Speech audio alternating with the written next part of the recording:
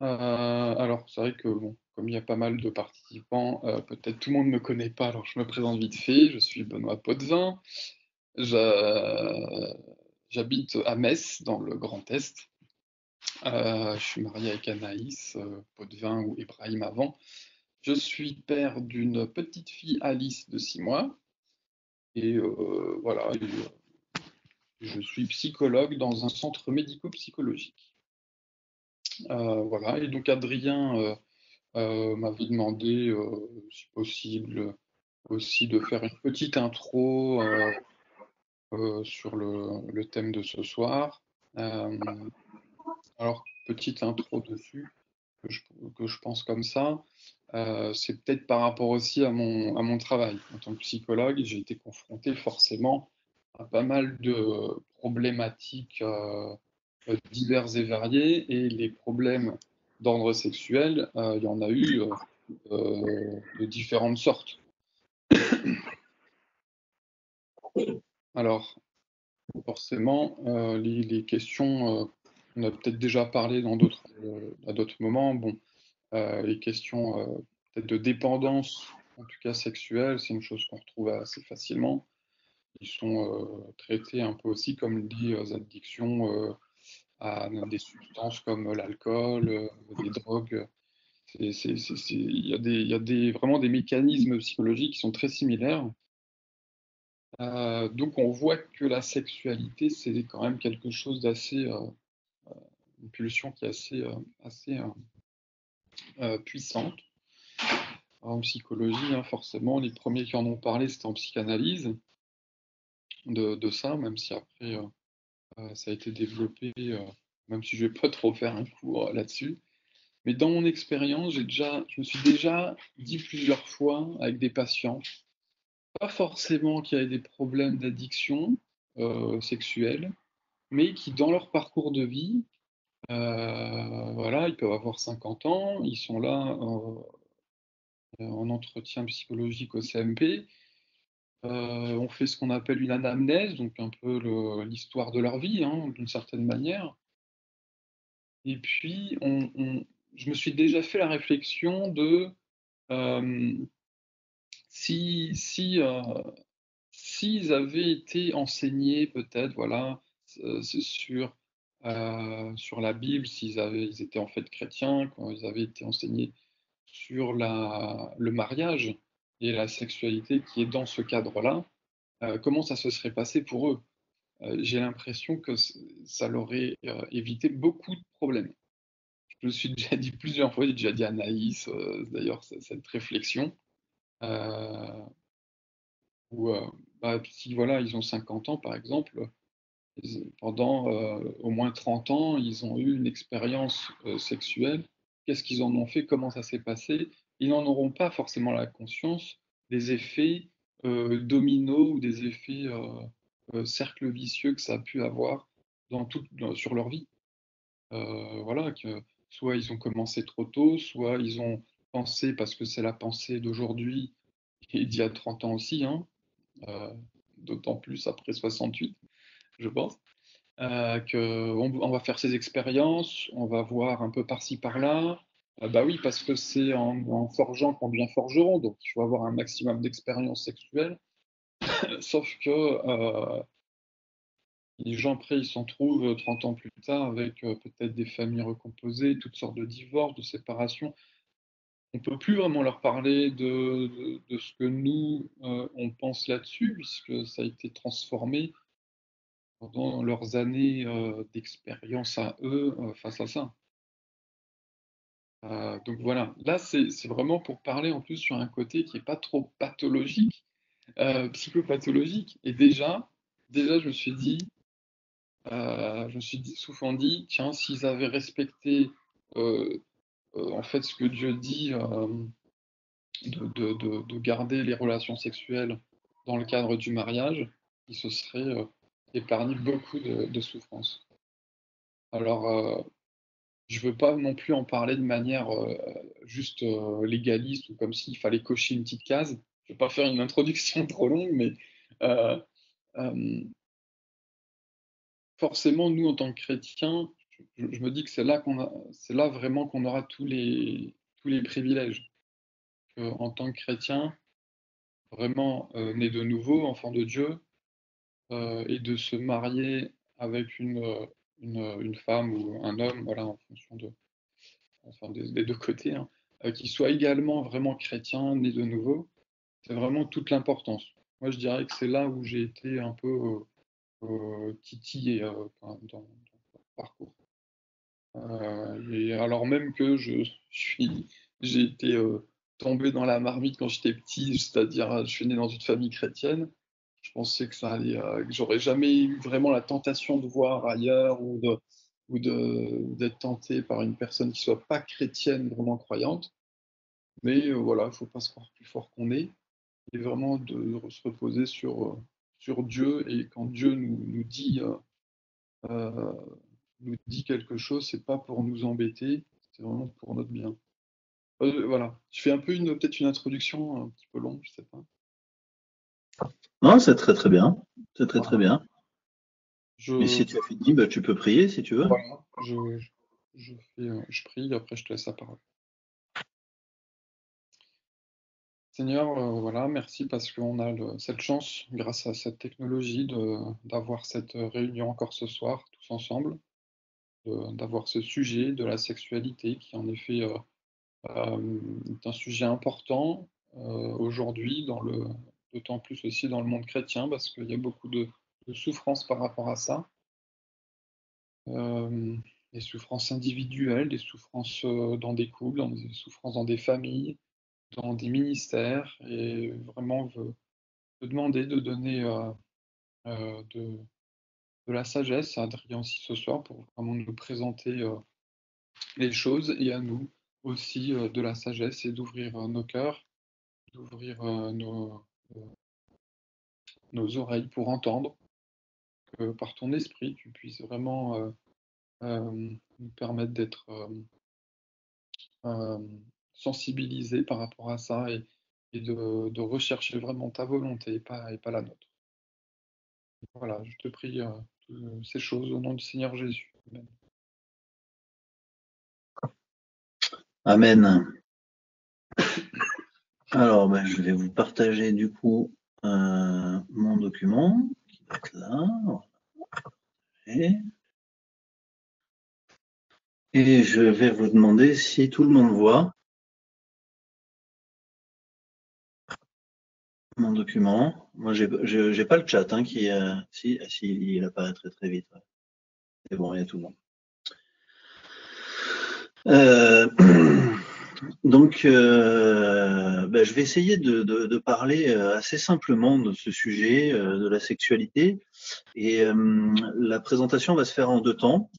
Un premier temps qui essaye de faire sentir une direction quant au projet de Dieu, et ancrer ce domaine-là dans quelque chose de plus vaste, de notre relation avec Dieu, de notre relation avec notre prochain, et voilà, faire un peu sentir cette dynamique-là avec Dieu. Et dans un deuxième temps, on essaiera de voir un texte dans lequel on comprendra un petit peu mieux les mécaniques qu'il y a dans la pensée, dans notre cœur, pour comprendre comment est-ce qu'on dévie justement de ce projet initial de Dieu, en quoi la chute a impacté finalement notre vision sur ce domaine et notre pratique du coup. Voilà, et j'aimerais dire que ce sujet-là, je pense que c'est dans les sujets peut-être les plus importants pour comprendre notre identité, et c'est un domaine vachement impactant en fait sur, comme disait Benoît dans son introduction, par effet domino, c'est vachement impactant sur notre relation avec l'autre en général, sur le regard qu'on a sur nous, sur voilà, différents aspects. Du coup, j'espère que cette soirée sera l'occasion, premièrement, pour vous de lancer une réflexion personnelle grande pour l'avenir, un peu comme un chemin qui a peut-être déjà démarré, mais qui continue avec d'autres clés en main. Et puis aussi oser ouvrir ce domaine-là au regard de Dieu, au regard de peut-être de vos frères et sœurs de l'Église, dans les cadres qu'il convient, bien sûr, mais peut-être des frères aînés ou des personnes d'influence. On verra aussi ce point-là au cours de la présentation.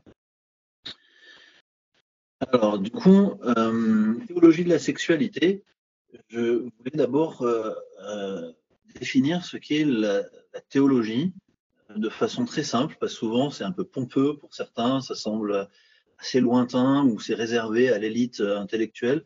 Pas du tout. La théologie, c'est juste la compréhension de Dieu et de son plan. Et donc en fait, on peut parler de théologie très simplement en connaissant Dieu, et dans le cadre de notre relation avec Dieu, on a une théologie.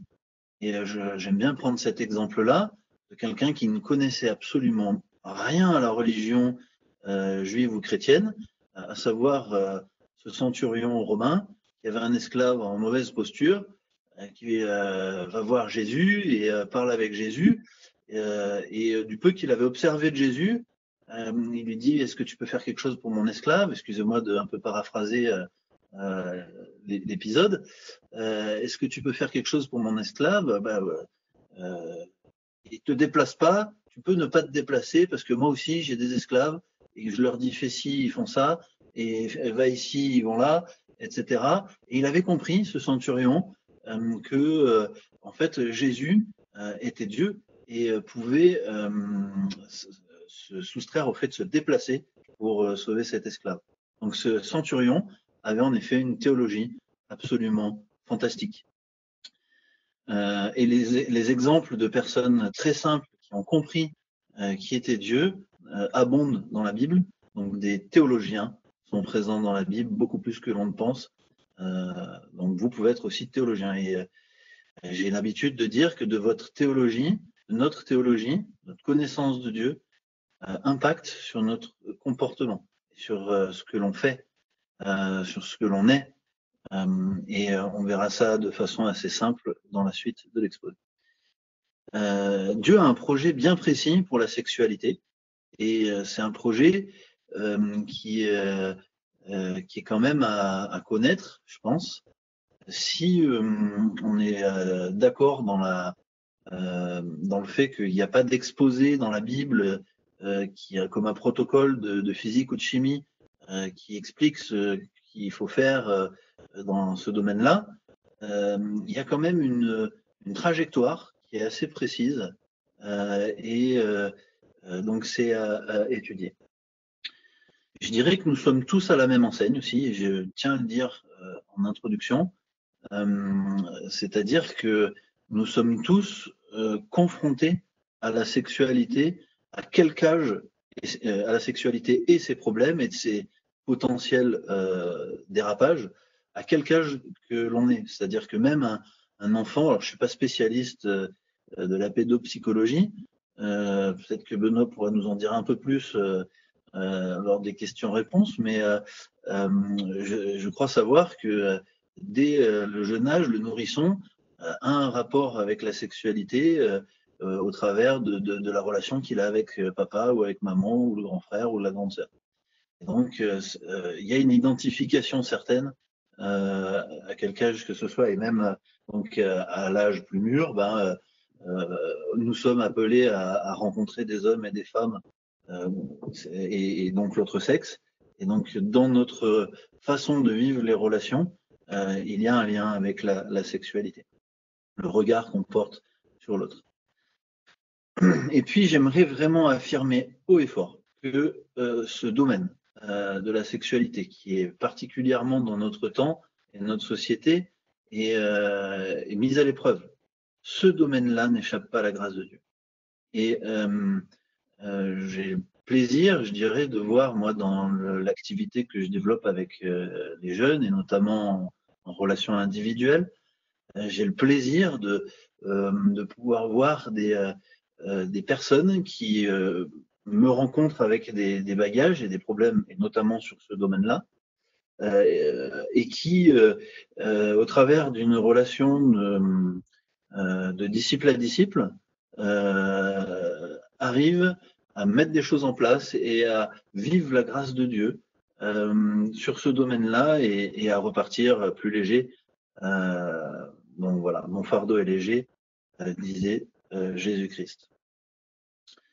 Donc vraiment, voilà, ce domaine-là est une belle occasion de vivre la grâce de Dieu aussi. Alors, je vais déplacer une fenêtre parce qu'il y a quelque chose que je vois pas, voilà. Souvent, par exemple, certaines personnes, et ça a été d'ailleurs le cas dans l'histoire de l'Église et de l'humanité, certaines personnes voient la sexualité comme peut-être quelque chose de sale et de dégradant. Je crois savoir qu'il y a des époques de l'histoire où la sexualité était vraiment le mal nécessaire pour pouvoir faire perdurer l'héritage. Et donc il y avait tout un système finalement de barrières, comme dans le confinement, pour faire l'amour avec son conjoint. Et c'était vraiment la chose pas top. Et donc j'aimerais dire que Dieu a conçu la sexualité. Donc ce que Dieu conçoit, et à la fin de ses actes créateurs, il se retourne et dit que cela est très bon. Et le mot bon dans le texte de la Genèse, c'est également beau. Donc hommes-femmes qui sont appelés à se reproduire, ben, c'est quelque chose de beau aussi. Et Dieu a conçu la sexualité. Il créa l'homme, il les créa mâle et femelle. Donc c'est la sexuation qui est produite par notre Dieu. Et puis un petit peu plus loin, quand Dieu crée la femme, dans la suite du récit, l'homme et la femme s'unissent pour ne former qu'une seule chair, qu'une seule entité. Et donc ça représente l'unité dans la complémentarité, quelque chose qui est aussi en balance dans notre monde, et on en reparlera peut-être un petit peu plus après. Factuellement, nous entrons difficilement dans ce projet. On verra un peu tous les écueils possibles. Enfin, pas tous les écueils, mais on verra que l'écueil est facile dans ce domaine-là, qu'on soit chrétien ou pas chrétien. Alors, quand on est chrétien, ben, on a l'avantage d'avoir l'Esprit de Dieu en nous qui nous ramène et va nous corriger. C'est ce qu'on verra en deuxième partie. Mais il faut savoir que le dérapage sur la sexualité, c'est dans les premiers dérapages après la chute, et on verra ça dans le texte qui va nous occuper en deuxième partie.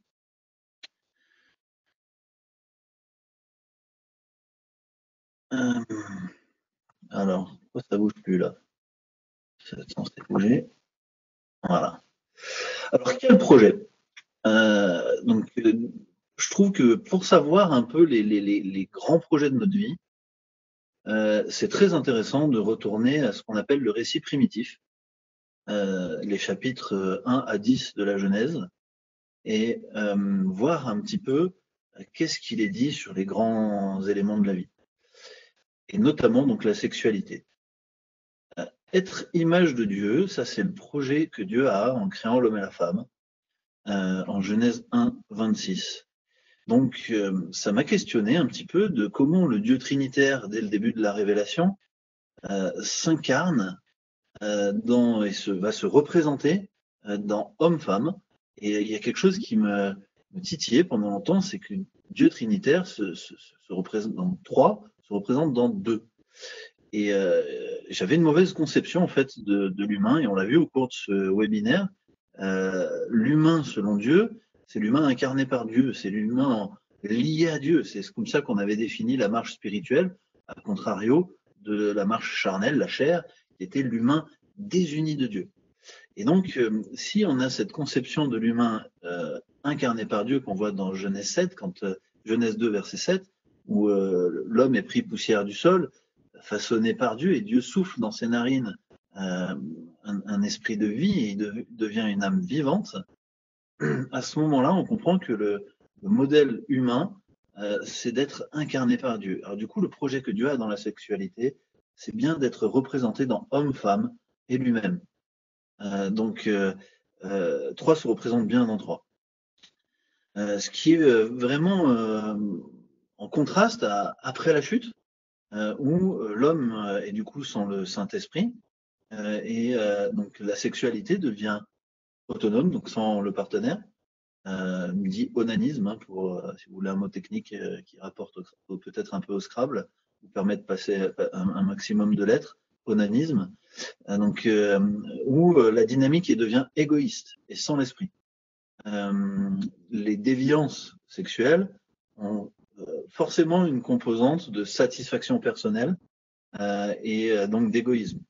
Ça, ça s'en verra dans la deuxième partie, que c'est à ruminer, à clarifier, il faut sonder nos motivations pour se rendre compte qu'en fait, on n'est pas dans ce modèle de représentation de Dieu, un Dieu trinitaire. Et en fait, ça permet, pourquoi je présente ça? Ça permet de voir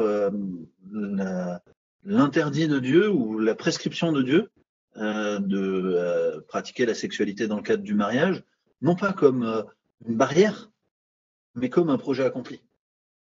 Voilà le projet complet, c'est ça. Et je trouve que ça renverse notre vision de l'interdit. On sait bien, quand il y a un interdit, ben, la tentation, c'est de vouloir franchir la barrière. Là, au contraire, ça déploie un champ de liberté qui est vraiment très grand et ça motive parce que ben, vous et moi, qui sommes des disciples de Jésus-Christ, qui voulons représenter Christ, et on a vu dans Romains que la finalité, c'était d'être fait à l'image de Christ, conforme à son image, Romains 8, verset 29, que dès le début, en fait, c'était ce qui était prévu dans le cadre de la sexualité, du mariage. Et finalement, la sexualité, le mariage parlent de la même chose. Alors, quel projet dans la sexualité dans Genèse, c'était l'expansion d'un royaume. Vous vous rappelez que on s'était dit au cours de ce webinaire que faire quelqu'un à son image, c'était placer son autorité pour le représenter dans son royaume. Donc Dieu crée un royaume, la terre. On sait qu'au verset 2 de la Genèse, c'était informe et vide, et puis il organise tout ça, puis finalement il place l'homme, et dans ce projet d'expansion, l'homme et la femme sont vraiment la cheville ouvrière, si je puis dire, au travers de la sexualité et de la sexuation pour représenter Dieu dans ce royaume. Parce que des êtres qui se multiplient, c'est petit à petit des êtres qui vont peupler toute cette terre. Alors, quel projet? Dans la Genèse, on voit que la sexualité, elle est donc régulée par la présence de Dieu, puisque l'homme est habité, et l'homme et la femme sont habités par Dieu, par l'Esprit de Dieu, et d'un vis-à-vis, après avoir fait passer tous les animaux de la création devant Adam, il n'y avait pas d'être qui lui corresponde, et donc juste après, Ève est créée, et donc il y a ce projet dans le cadre d'une sexualité complémentaire et ordonnée. Et pourquoi je dis ordonnée? C'est que dans le Nouveau Testament, en fait, j'ai mis deux références que vous pourrez lire un petit peu plus dans le détail, où il est question de comprendre l'autorité de l'homme et la soumission de la femme de façon équilibrée et biblique. Et Paul fait appel à l'ordre créationnel. Et donc, il faut savoir que ça, cet enjeu, il y a un peu une bataille au niveau de l'Église et en dehors de l'Église sur l'identité homme-femme et ce rapport. Il y a une vision dite complémentarienne, complémentariste, où on voit l'homme et la femme égaux dans leurs droits et dans ce qu'ils sont devant Dieu, mais par contre avec une complémentarité dans un certain ordre et des rôles différents. Et donc ça, c'est la vision complémentarienne. A contrario, la vision qui s'oppose à ça, c'est la vision égalitarienne. Et donc c'est c'est le genre de bataille qu'il peut y avoir dans certaines églises, et c'est assez délicat. Il faut savoir qu'il y a des ministères chrétiens qui sont construits pour défendre une position ou l'autre position. Donc c'est quand même pas anodin. Quel projet, du coup, et ça c'est quelque chose qui est fantastique, c'est pour ça que j'ai insisté sur la grâce à la fin de mon introduction, c'est que le fait que la sexualité soit prévue pour montrer cette incarnation de Dieu, cette autorité de Dieu, répandre ce royaume de Dieu, en fait ce sujet-là, je me suis rendu compte que c'était l'occasion de vivre en profondeur une allégorie de l'évangile. Et comme vous et moi, nous sommes à la base des pécheurs, victimes, j'allais dire, mais aussi collaborateurs de la chute, grâce à l'évangile, dans nos couples, dans notre façon de vivre ce sujet-là, nous allons pouvoir être une démonstration de l'évangile, à savoir retrouver la relation avec Dieu et incarner cette Trinité aux yeux du monde. Et ça, c'est un texte que j'aimerais quand même lire dans l'Épître aux Éphésiens, où on voit le rapport entre homme-femme et l'Évangile de façon, je trouve, très encourageante. Alors du coup, je me permets quand même de vous le lire. Donc Éphésiens 5, versets 24 à 33.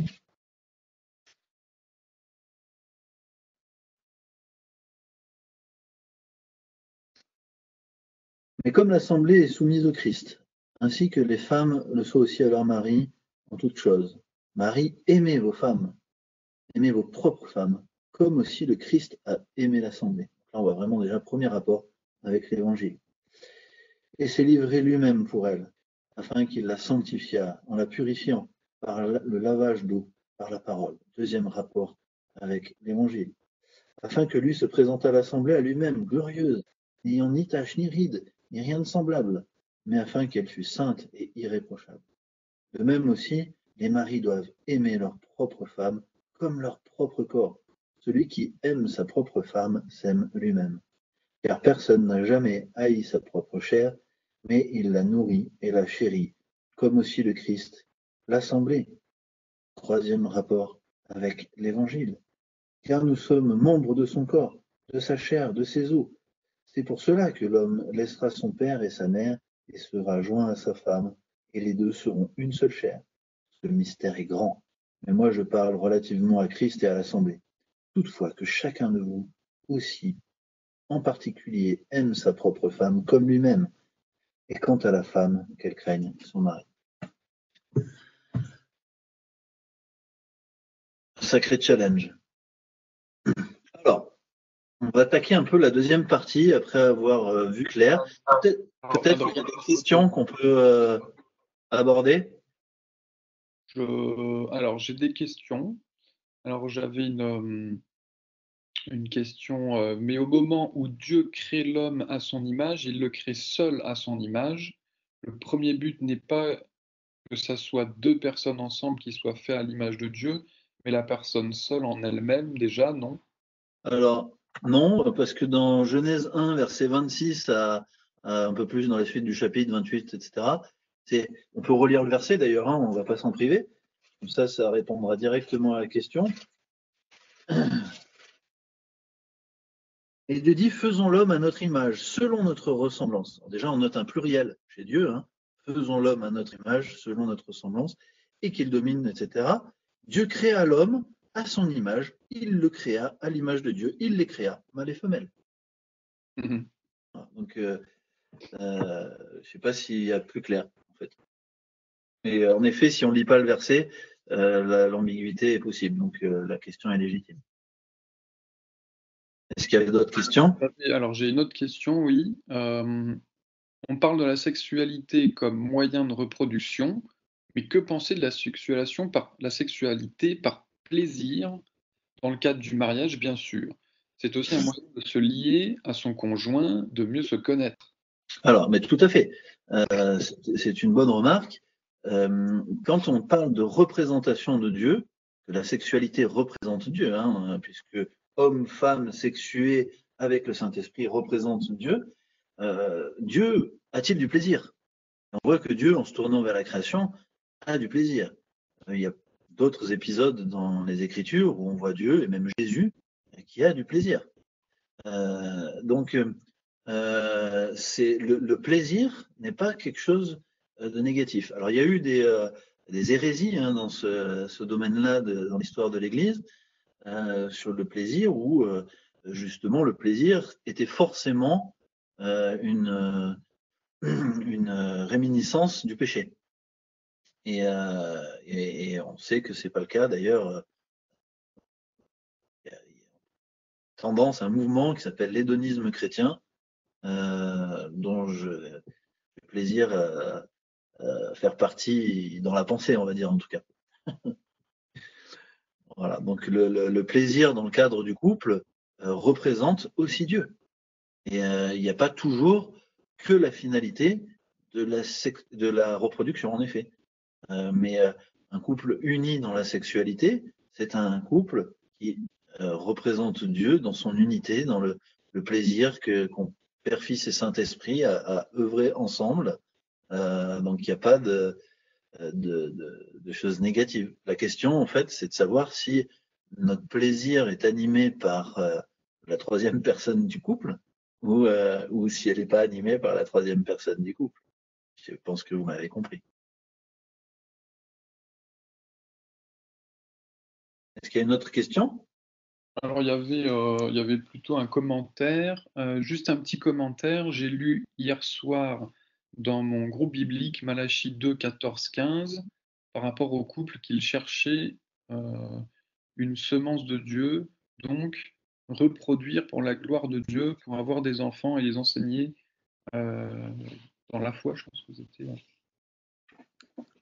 Alors, le projet du couple dans la reproduction est forcément un projet évangélique, tout à fait, puisque, comme tu l'as dit en introduction, le projet que Dieu a, c'est un homme et une femme habités par Dieu. Donc forcément des codisciples, qui veulent faire quoi? Répondre à l'appel missionnaire du Seigneur, qui est de faire des disciples parmi les nations. Et la reproduction est un moyen de faire alors pas que la reproduction, la reproduction plus l'éducation, plus le fait de faire des disciples en fait. Donc c'est au cœur du couple. Mais par contre, dans Malachie, alors du coup, je vais retrouver Malachie 2.13. Je peux le lire si tu veux. Je suis pas comme les grosses pointures d'avant qui arrivent à savoir exactement. Je l'ai devant les yeux, tu veux que je lise? Ouais, vas-y. Et vous dites, pourquoi? Parce que l'Éternel est témoin entre toi et la femme de ta jeunesse, envers laquelle tu as agi perfidement.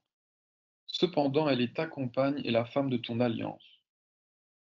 Et un seul ne les a-t-il pas faits? Toutefois, il avait le reste de l'esprit.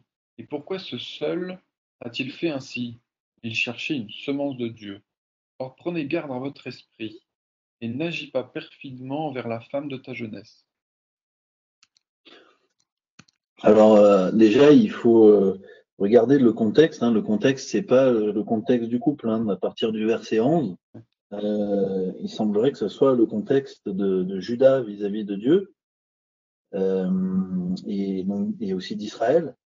Et donc, du coup, l'image que prend Dieu pour parler de l'alliance du mariage, finalement, et du couple, c'est pour mettre en évidence la faute grave de son peuple. Donc, et en quoi est-ce que son peuple a été infidèle dans le cadre de cette alliance avec Yahweh et d'ailleurs, souvent, la, la, la prostitution dans les prophètes, le divorce, la répudiation sont utilisés dans le langage des prophètes pour parler du divorce du peuple avec son Dieu et etc. Donc, je ne sais pas si je complète bien le commentaire qui a été fait. Voilà. C'est tout, Benoît? Je pense. Il y en a un qui a posé, mais. Je n'ai pas besoin en fait de la dire. Alors, on va passer, ayant mis ces grandes lignes qui permettent, et moi je trouve que c'est important dans la vie d'avoir des grandes lignes qui permettent d'avoir clair.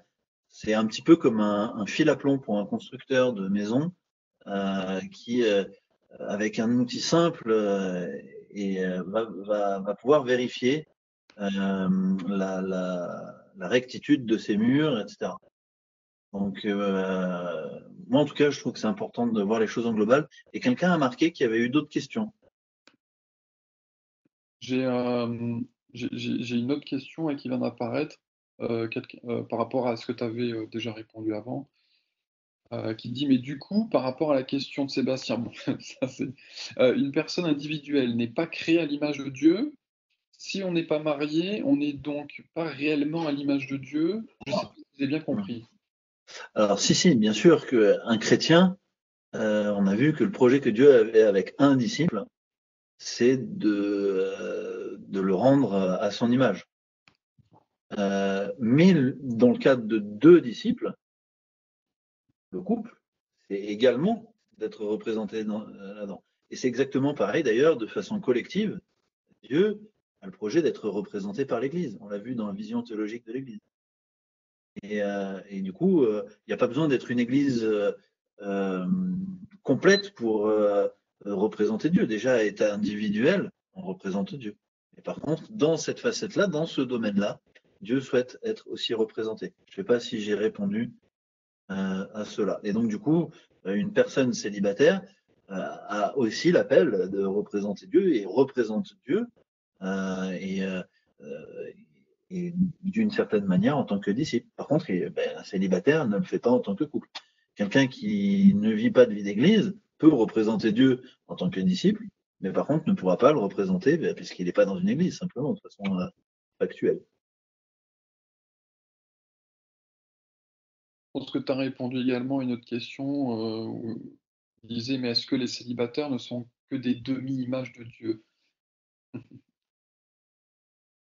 Non, le but, c'est de donner une trajectoire au couple.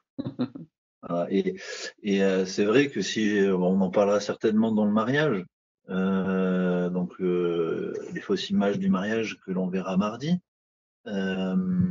Si j'ai un conseil à donner sur cette question-là, qui est en rapport avec la sexualité, c'est réfléchissez personnellement à votre projet de vie avec Dieu. Et comment est-ce que vous voulez matérialiser ce projet-là? Si c'est faire des disciples d'une certaine manière, etc. Faites-vous votre projet missionnaire, en fait. Et puis, vous allez trouver quelqu'un à côté qui navigue en parallèle de vous et avec qui vous allez partager ce projet missionnaire de représentation de Dieu. Hein. Et il n'y a pas de raison que ça fonctionne pas quand on a le même projet dans les grandes lignes. Et donc voilà, ça renverse un peu l'idée de il faut avoir les mêmes préoccupations sur les loisirs, avoir des choses en commun sur les lectures ou ceci ou cela. Si tout est régulé par l'appel missionnaire, il n'y a pas de problème pour se trouver avec son époux ou son épouse. Ok. Je vais continuer. Alors,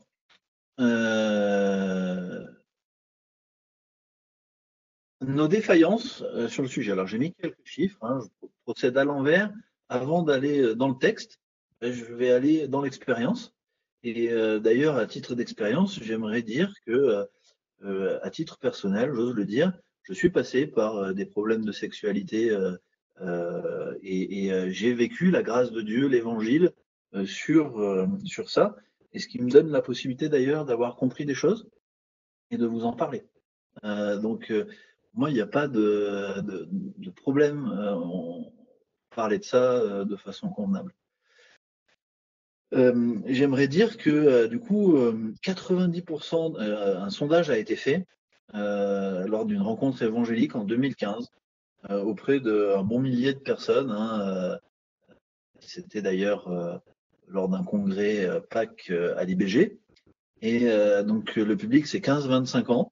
Et donc 90% des garçons, sondage anonyme, avouaient avoir un rapport plus ou moins régulier avec la pornographie. Et 35% des filles. Là, on parle de chrétiens évangéliques qui nous ressemblent, hein, je tiens à le dire. Donc, ce que j'aimerais dire, et je le vérifie dans mon activité, c'est que là, en l'occurrence, la pornographie est un hameçon qui piège le développement spirituel de l'Église, parce que la tranche d'âge, c'est une tranche d'âge en plein développement. Et j'ai beaucoup de personnes qui me disent mais je peux pas, par exemple, aller faire une campagne d'évangélisation alors que j'ai ce problème-là. Ou Adrien me faire baptiser, mais n'y pense même pas. Et qui sont un peu timides finalement par rapport à leur foi et à cause de ce problème-là qui les incrimine. Et donc ça, c'est une prise de conscience à avoir. La deuxième stat, c'est celle qui a un missionnaire sur 3 qui rentre de mission de façon avortée à cause de troubles sexuels, donc pornographie ou relations adultères. Et un pasteur américain sur 3 aussi, il y avait une stat qui avait été faite dans les mêmes années, qui révélait qu'un pasteur sur 3 aux États-Unis avait un lien soit avec la pornographie ou des troubles de la sexualité. Donc là on voit que ça gêne clairement le ministère, hein, le développement du service. C'est aussi un hameçon pour ça. Et puis il faut pas se cacher les yeux. La problématique de l'homosexualité montante dans les églises et auprès des jeunes, hein, du coup déstabilisation de l'identité masculine et féminine, donc ce qui était une perversion pour la génération d'au-dessus, c'est-à-dire il y avait clairement quand on faisait par exemple de l'homosexualité, il y avait clairement une barrière morale qui était franchie et on transgressait quelque chose qui était dans notre conscience, que l'Église, au cours des millénaires, avait transmis. Et aujourd'hui, on est dans ce qu'on appelle une inversion, c'est-à-dire que l'homosexualité devient un choix possible et respectable pour les générations qui viennent. Donc ça pose un problème quand même aussi à l'Église qui a dans ses vocations le fait d'être une colonne et un soutien de la vérité, et donc à savoir qu'est-ce qu'on fait de l'homosexualité. Je peux faire une petite... D'ailleurs, juste attends, avant ta petite parenthèse, j'ai juste un truc à dire. Un jeune chrétien qui a une orientation homosexuelle parlait avec moi et il me disait que il y a sur les smartphones les attelles pour les Suisses. Il y a des applications qui permettent de localiser les homosexuels qui sont dans un environnement géographique. Et parce qu'ils se connectent sur les mêmes réseaux de rencontres, etc. Et donc, il disait que dans les églises, lui, il s'était amusé à mettre son application dans des églises bien carrées, etc. Et il voyait que parmi les 200 personnes qui étaient autour de lui, il y avait 2-3 personnes qui étaient connectées aux mêmes réseaux sociaux. Volontiers pour une petite parenthèse, Benoît. C'était pas forcément une parenthèse, mais je me souviens, voilà, dans mes études, on avait appris que l'homosexualité était une maladie mentale, donc qui est dans le manuel des diagnostics des maladies mentales, jusque dans les années 80. En fait, c'est vraiment récent, toute cette évolution. Très, très récent. Ah, Dans les années merci. 80, voilà, c'était comme ça. Voilà, c'est ça la parenthèse. Peut-être juste, Benoît, je sais pas si tu as coupé ta vidéo, mais c'est très bien. Je préfère le vérifier, parce que sinon ça fait péter le. J'ai coupé. Ouais, c'est bon. Faut bien couper la vidéo, quitte à la remettre à la fin. Enregistrement plus vidéo plus PowerPoint, ça fait péter les plombs. Donc pour reprendre l'expression de Raphaël Charrier, donc qui est pasteur à l'EPEG à Grenoble, et qui est aussi blogueur sur Tout pour sa gloire, qui a animé un webinaire il y a quelques années sur la pornographie. Il mettait en avant le fait que c'était un vrai tsunami pour l'Église, parce qu'on n'est pas préparé en fait à ce genre de problème, et ça vient avec la génération ordinateur et smartphone. Il y a deux dates à retenir. 2005, c'est 50% des foyers américano-occidentales, Europe occidentale équipés d'Internet, 50% des foyers. Et 2015, c'est 50% des personnes ont un smartphone capable de regarder des vidéos. Donc, c'est avec l'avènement de ces technologies en fait que vient ce problème-là. C'est vrai que on peut se connecter très facilement, discrètement, à l'abri du regard de tout le monde, et voir n'importe quoi qui vient stimuler les déviances, quoi. Et on va voir ça du coup en ayant fait le constat de ce tsunami. Ça veut dire que qui dit tsunami dit besoin d'équipement. Et c'est pour ça que cette réunion, je pense, est importante et doit lancer une réflexion chez vous, parce que vous serez appelés en disciples et en faiseurs de disciples. Vous serez appelés, je l'espère en tout cas, à réparer des situations comme celle-ci et pas en avoir peur.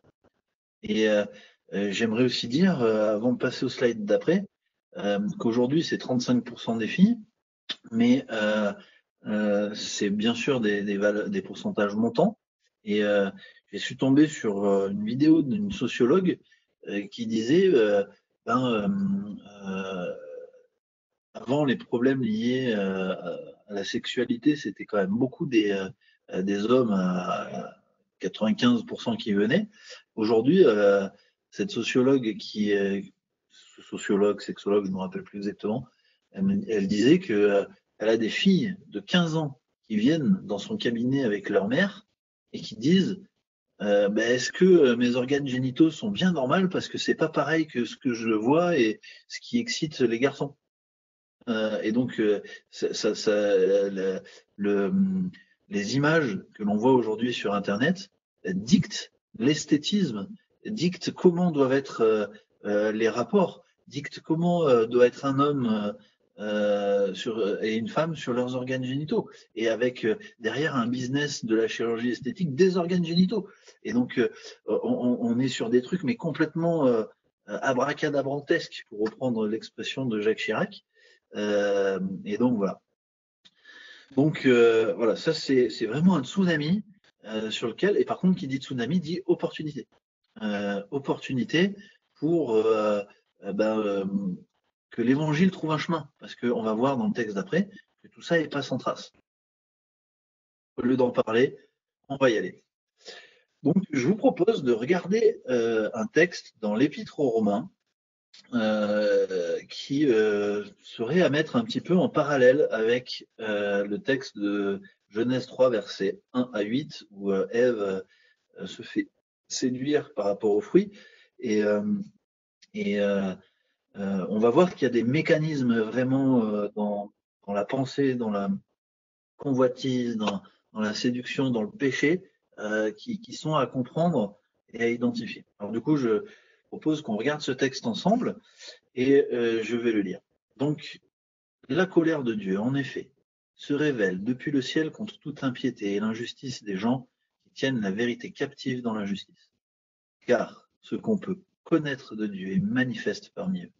C'est Dieu qui pour eux l'a rendu manifeste.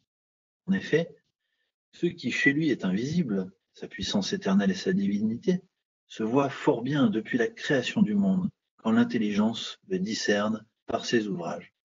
Ils sont donc inexcusables, puisque tout en ayant connu Dieu, ils ne l'ont pas glorifié comme Dieu, et ne lui ont pas rendu grâce, mais ils se sont égarés dans des raisonnements futiles, et leur cœur sans intelligence a été plongé dans les ténèbres. Se prétendant sages, ils sont devenus fous. Ils ont changé la gloire de Dieu, du Dieu impérissable, en des images représentant l'être humain périssable, des oiseaux, des quadrupèdes, des reptiles. C'est pourquoi Dieu les a livrés à l'impureté par le désir de leur cœur, de sorte qu'entre eux, ils déshonorent leur corps, eux qui ont changé la vérité de Dieu pour le mensonge et qui ont adoré la création en lui rendant un culte au lieu du Créateur qui est béni pour toujours. Amen. C'est pour cela que Dieu les a livrés à des passions déshonorantes. Ainsi, en effet, leurs femmes ont changé les relations naturelles pour des actes contre nature. De même, les hommes, abandonnant les relations naturelles avec la femme, se sont enflammés dans leur appétit les uns pour les autres. Ils se livrent entre hommes à des actes honteux et reçoivent en eux-mêmes le salaire qui mérite leur égarement. Comme ils n'ont pas jugé bon de reconnaître Dieu, Dieu les a livrés à leur manque de jugement, de sorte qu'ils font des choses indignes. Ils sont remplis de toute espèce d'injustice, de méchanceté, d'avidité, de malfaisance, pleins d'envie, de meurtre, de disputes, de ruse, de vices, diffamateurs, médisants, ennemis de Dieu, insolents, orgueilleux, fanfarons, ingénieux pour le mal, rebelles envers leurs parents, sans intelligence, sans loyauté, insensibles, sans compassion. Et bien qu'ils connaissent le juste décret de Dieu, selon lequel ceux qui pratiquent de telles choses méritent la mort, non seulement ils les font eux-mêmes, mais encore, ils approuvent ceux qui les pratiquent.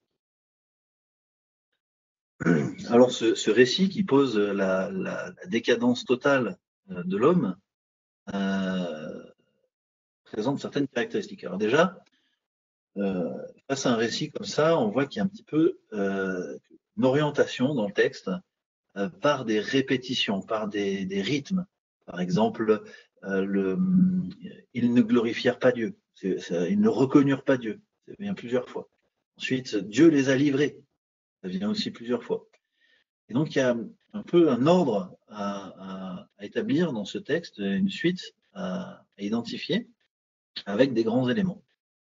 Un peu comme une chronologie, finalement, dans cette décadence. Et tout de suite, on a identifié que ça parlait de problèmes de sexualité à certains moments, pas que, hein, mais et donc si on arrive à trouver où se place la sexualité dans cette chronologie, hein, on va pouvoir comprendre un certain nombre de choses. Et puis ce texte, j'aimerais dire aussi qu'il est à mettre en parallèle avec ce qui est arrivé donc à Ève, comme je disais tout à l'heure, avec là aussi, si on regarde verset par verset, toute une chronologie qui est à méditer et à comprendre pour vraiment avoir un regard clair sur ce qu'est le péché, c'est quoi le péché. Et on va le voir aussi dans ce texte de Romains. Alors, je propose 3 segments, versets 1 à 23, où j'ai appelé la non-reconnaissance de Dieu. Hein, dans la Darby, c'est ils ne le glorifièrent pas et ne lui rendirent pas grâce, au verset 21. Et j'aimerais rappeler que Ève, en fait, en prenant le fruit, hein, sa motivation qui était amenée par le serpent, c'était tu seras comme Dieu, connaissant le bien et le mal, d'être à la hauteur de Dieu. Donc la motivation de Ève était de prendre la place de Dieu dans son royaume à elle et de se faire elle-même son propre Dieu. Finalement, elle a déclaré son indépendance. Quand je dis elle, c'est aussi Adam hein, à la suite. Elle a déclaré son indépendance. C'est une déclaration d'indépendance par rapport au Créateur. Et rappelez-vous de ces deux modèles, hein, le modèle spirituel, Adam et Ève avant la chute, d'être liés à Dieu, d'être dépendant hein, de Dieu. Et puis finalement, après la chute, Dieu se retire, déclaration d'indépendance. Et donc, du coup, voilà là où on en est avec le péché. C'est ça, être mort spirituellement. C'est en fait la mort dans Genèse, c'est pas forcément la mort physique, ça peut être vu aussi comme la mort spirituelle, c'est-à-dire ce moment où l'esprit en fait qui était rentré pour animer Adam se retire et ça donne un modèle humain qui est sans Dieu. Donc le début du péché, c'est l'orgueil. L'orgueil, c'est le moi je. Et Ève dit qu'elle voit aussi ce fruit pour qu'il était désirable pour rendre intelligent. C'est d'imaginer un petit peu comment est-ce qu'on peut arriver à se dire ça dans sa tête. Donc le mécanisme de la convoitise, et qui a finalement l'orgueil correspond à une idolâtrie particulière. Et dans le texte que l'on a de Romains, la première étape après la non-reconnaissance de Dieu, c'est l'idolâtrie. Ils se font des images d'hommes, d'oiseaux, de quadrupèdes. Donc, il y a finalement cette même étape dans Ève qui se met en idole à la place de Dieu. Séparation du Créateur, et donc dans notre texte de Romains, c'est Dieu les a livrés, et donc qui induit une mort quant à Dieu. Alors dans le texte de Romains, il n'y a pas la notion de mort, mais on sait que dans l'ensemble de l'épître aux Romains, la notion de mort a aussi une dimension spirituelle. La vie, du coup, c'est retrouver Dieu dans le langage du Nouveau Testament. En ceci est la vie éternelle, qu'ils te connaissent comme seul vrai Dieu. Ensuite, deuxième segment, c'est le verset 24 à 27, où, à cause du fait que Dieu n'est plus accessible, ils perdent la vérité, donc il y a la perte de la vérité de Dieu, qui mène à la convoitise. Alors c'est un petit peu moins visible dans la traduction que j'ai lue là, qui est la Nouvelle Bible seconde, la NBS. Mais si vous relisez dans la Darby, on voit bien cette mécanique que c'est la perte de la vérité qui a mené à la convoitise. Et dans le texte, c'est dans le désordre, donc ça à remettre dans l'ordre.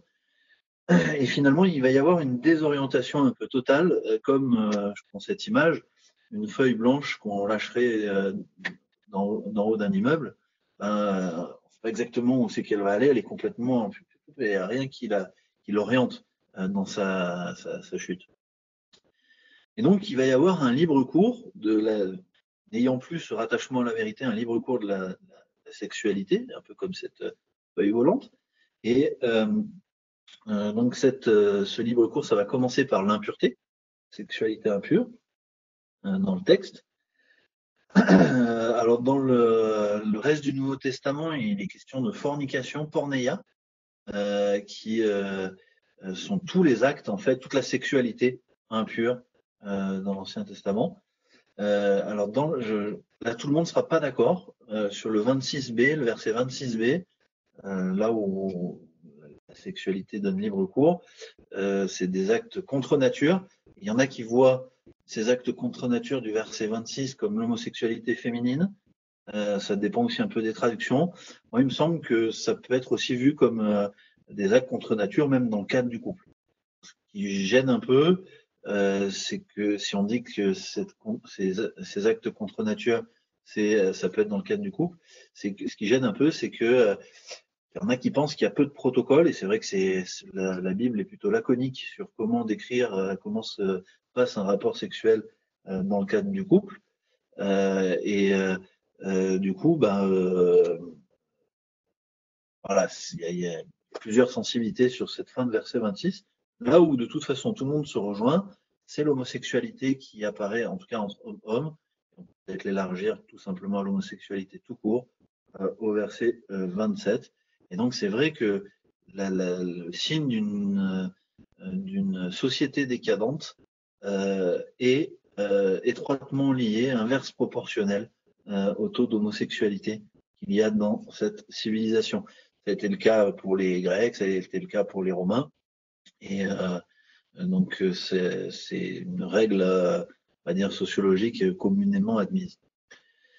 Donc, on voit ce libre cours lié, je rappelle, ça c'est important d'insister dessus, à la perte de la vérité au départ. Et donc, qui dit perte de vérité dit mensonge. On verra ça un petit peu plus après. Et le mensonge était aussi présent dans le cycle narratif de Ève, où elle tombe. Et pas un mensonge frontal au départ. D'abord, insidieux pour créer la frustration, et ensuite le mensonge frontal, qui va être gobé comme pas deux. Et on voit dans le texte des conséquences négatives à cet acte, parce que je vais répéter ce qui est mis, il est question de ils portent en eux-mêmes la récompense dans la Darby, je vais vous le dire, suite à l'homosexualité. peut-être élargir à toute l'impureté sexuelle, recevant en eux-mêmes la due récompense de leur égarement. Et donc, il y a des conséquences physiques, psychiques à une mauvaise sexualité. Voilà, je ne vais pas donner de détails, mais il y a réellement des choses qui apparaissent dans le corps.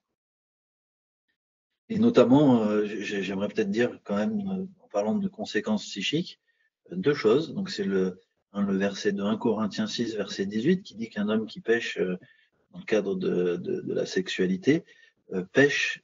Là aussi, on va lire le verset complet. Pêche dans son propre corps. Alors, je le retrouve.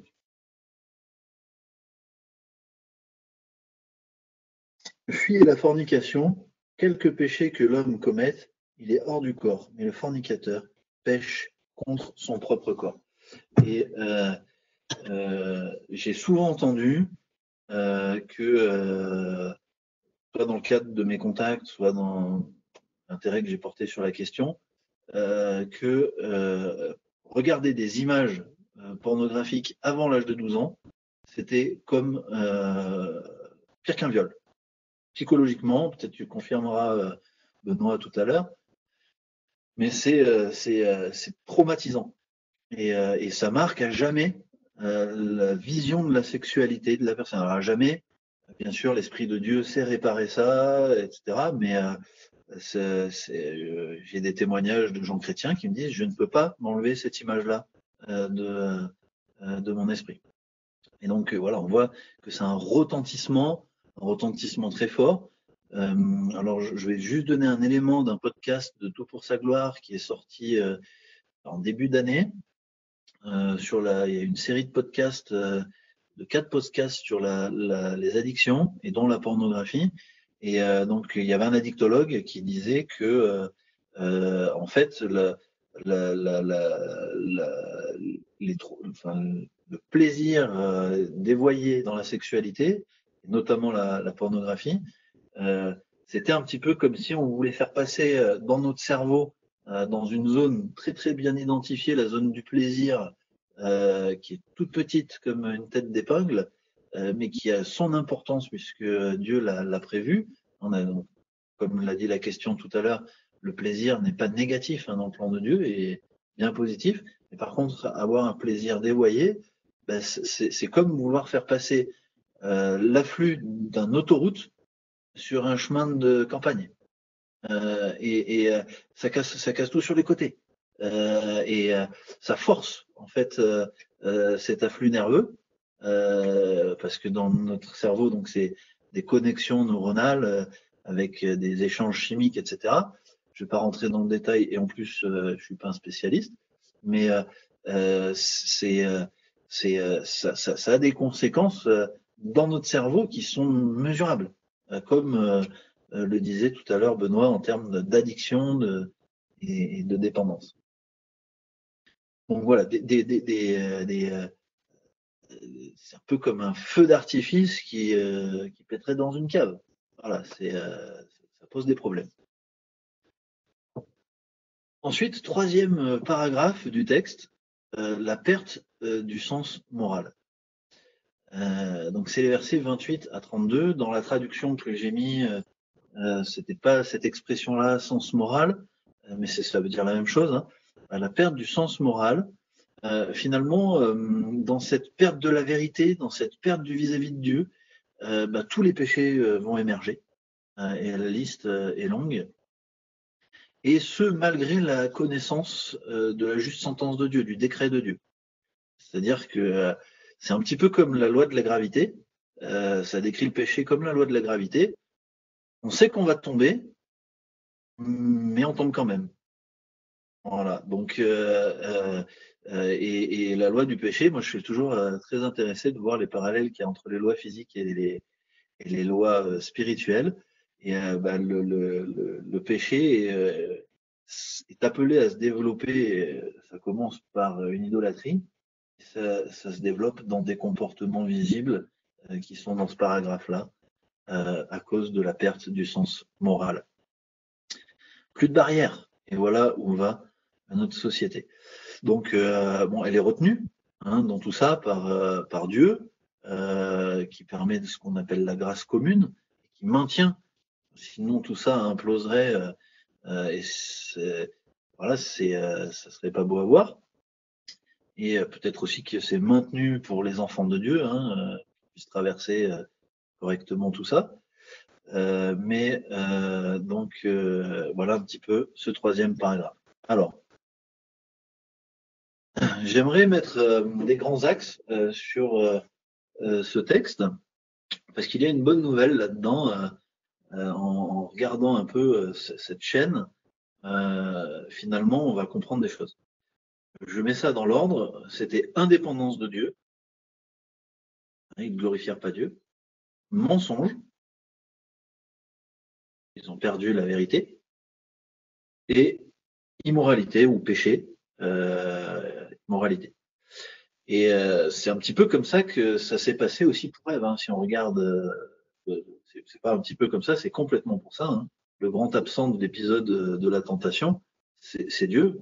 L'épisode est raconté sans le regard de Dieu. Ève raconte l'épisode finalement de façon indépendante. Et c'est ça qui a laissé prise au mensonge et qui a laissé prise au péché. Alors la bonne nouvelle, elle est que, en fait, vous et moi, on est encore dans la tentation et dans un monde corrompu dans lequel il y a certainement la porte à des problèmes de sexualité où certains vous n'êtes pas encore mariés, vous verrez que c'est pas une question qui est acquise. Représenter Dieu dans le mariage de façon fidèle et donc dans la sexualité, c'est comme tout, ça va s'apprendre en tant que disciple. Et vous allez certainement avoir des questions de moralité, et des choses sur lesquelles vous allez avoir besoin donc d'être éclairé pour voir quels mensonges sont sous-jacents dans ce que vous pensez. Et vous allez trouver ça dans la dépendance avec Dieu.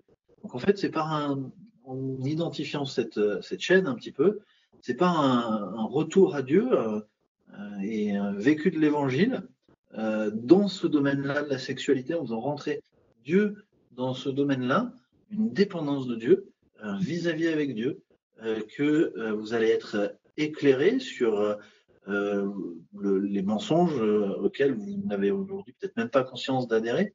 Parce que j'ai oublié de dire, tiens, petite parenthèse, parmi les 90% et 35% de filles, il y avait une deuxième question après, qui mettait en évidence que 50% des garçons et des filles concernés par la pornographie ne voyaient pas le problème. Donc il y a une ignorance, une perte de la vérité qui est sûre sur ces domaines-là.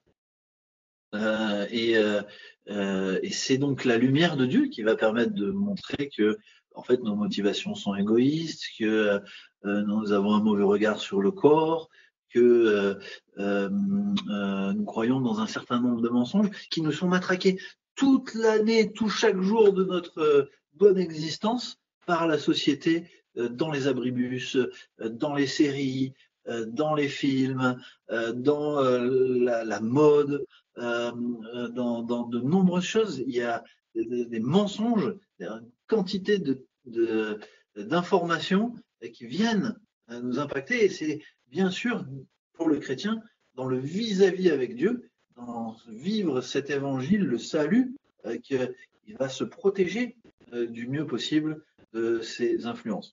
Et donc c'est aussi dans le vis-à-vis avec Dieu que l'on va pouvoir travailler avec quelqu'un, considération pastorale. Un ami vient vous voir, vous dit bah voilà, j'ai un problème sur ce sujet-là, il ose se confier à vous. Alors déjà, moi, ce que je vous recommande de dire, c'est de dire à cette personne, vraiment, tu es courageuse. Tu es courageuse et tu es perspicace. Parce que tu vois le problème et ça ne peut pas continuer comme ça pour un disciple du Seigneur. Et c'est courageux. Allez, on va en parler.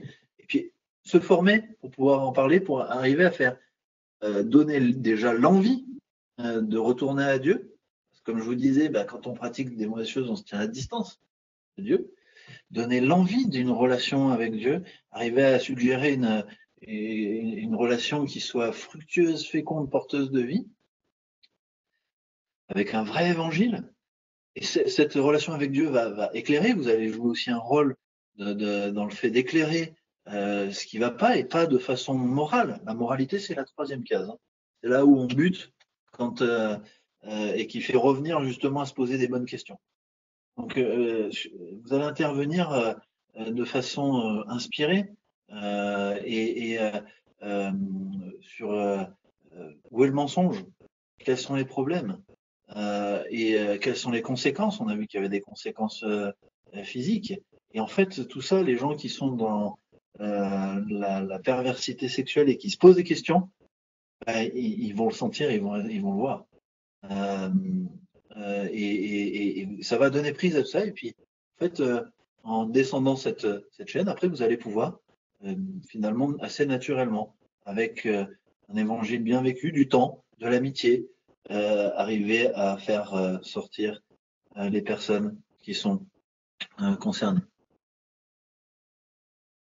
J'aimerais vous lire cette citation de C.S. Lewis qui parle donc de la masturbation, mais je pense que ça peut être élargi en tout cas à la porno, et ça mettra en lumière aussi certaines choses concernant les relations adultères.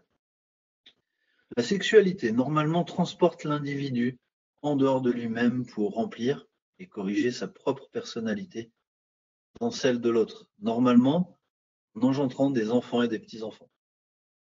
Cette idée dans cette première phrase que la sexualité, c'est rejoindre l'autre. C'est ça l'amour, en fait, c'est rejoindre l'autre, être tourné vers son prochain. Mais le mal absolu de la masturbation est qu'elle assouvit l'appétit d'un individu en le revoyant sur lui-même, la dynamique égoïste dont je vous parlais. La masturbation ramène l'homme dans la prison de son propre corps, où il garde un harem d'épouses imaginaires, ou d'époux. Et ce harem, une fois reconnu, empêche de sortir de ce cercle vicieux et de s'unir véritablement à une femme réelle. C'est vrai que quand on va assez loin dans ces problèmes-là, en fait, moi je connais des jeunes qui n'arrivent même plus à imaginer qu'ils puissent se marier un jour. Le harem est toujours accessible, toujours assujetti. Il ne lui demande de faire aucun sacrifice ou ajustement.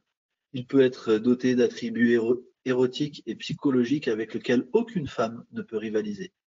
Parmi les femmes imaginaires de son harem, il est toujours adoré, toujours l'amant parfait. Aucune de ses demandes n'est à l'origine d'un sentiment désintéressé. Aucune mortification n'est imposée sur sa vanité. En fin de compte, la masturbation devient simplement le moyen par lequel il s'adore lui-même de plus en plus. Une des plus grandes œuvres de notre vie sera de se détacher de nos envies égocentriques et de sortir de la petite prison obscure dans laquelle nous sommes tous nés. Ça, il parle de l'œuvre de la sanctification à ce moment-là. La masturbation doit être évitée comme toutes les pratiques qui retardent ce processus de libération, de danger, et que l'on peut finir par aimer la prison. La note du blog Le Bon Combat, cette assimilation de la masturbation à l'auto-idolâtrie et toute l'horreur des conséquences qui en découlent est de la plus haute importance. Elle pointe vers les motivations qui président à l'acte, qui sont toujours teintées d'égoïsme et d'adoration du moi. La masturbation n'est pas un acte anodin et est bien à ranger au rang des péchés sexuels. Alors, c'est volontairement que j'ai mis quelque chose qui souligne la gravité, et on peut élargir à toutes les composantes sexuelles dévoyées. Mais j'aimerais dire une chose par laquelle j'ai commencé à dire au début. C'est que ce problème-là, qui concerne 90% des garçons et 35% des filles, n'est pas une barrière à l'évangile. C'est une opportunité à l'évangile. C'est une opportunité pour vivre la grâce de Dieu. Essayez d'imaginer, avec ce péché-là, vous avez la possibilité de vivre quelque chose comme l'apôtre Paul, qui a persécuté des chrétiens, qui s'en voulait à mort après, même jusqu'à dire que c'était un sujet de honte pour lui. Avec ce péché-là, vous avez l'occasion de vivre quelque chose d'intense avec Dieu en termes de libération du péché.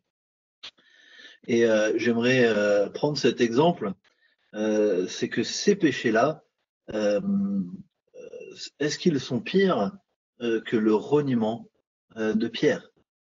Pierre a renié Jésus, le Dieu qu'il a vu, qu'il a reconnu même comme Dieu, le Christ, tu es le Christ, le Fils du Dieu vivant, il l'a renié. Que dit Jésus de ce reniement? Il lui dit, Satan va demander à vous cribler comme des blés. Mais toi, Pierre, quand tu seras tombé, quand tu seras relevé, va et fortifie tes frères. Vous avez aussi la possibilité, avec ce genre de situation dans lequel peut-être vous êtes, de pouvoir vous en sortir avec Dieu, d'aller équiper l'Église de demain. Parce que je rappelle que là, on est face à un tsunami. Prenons donc un cas d'école dont j'ai déjà un petit peu parlé, la pornographie. Alors, cette pratique donc immorale se situe dans le bas de notre paragraphe. Hein, c'était la dernière étape, dernier paragraphe, ouais. Et donc, ce que j'ai pu constater, hein, moi, dans ce que j'ai vécu et de ce que j'ai vu de jeunes, c'est que, et c'est ce que dit aussi C.S. Lewis, donc la sexualité autonome, déjà autonome, ça pose un problème parce que, comme on l'a vu dans le plan de Dieu, la sexualité était faite pour être à deux et à trois avec l'Esprit de Dieu. Donc là, il y a un problème d'orientation. Ce qui est prévu pour être tourné vers l'autre et s'unir à l'autre devient égoïste. Il y a une adoration du corps avec des corps qui n'existent pas de façon réelle, hein, c'est tout retouché par logiciel. Et donc c'est là où finalement on parlait de mensonge dans notre deuxième étape. Le mensonge, il est sur le type de la sexualité et il est sur l'objet de la sexualité. Ça n'existe pas. Ça n'existe pas. Alors, soyons honnêtes. Et puis, le type de mensonge, c'est l'absence d'amour. Et en fait, c'est absolument pas dicté par l'amour. Et on sait que l'amour, c'est la finalité de la loi.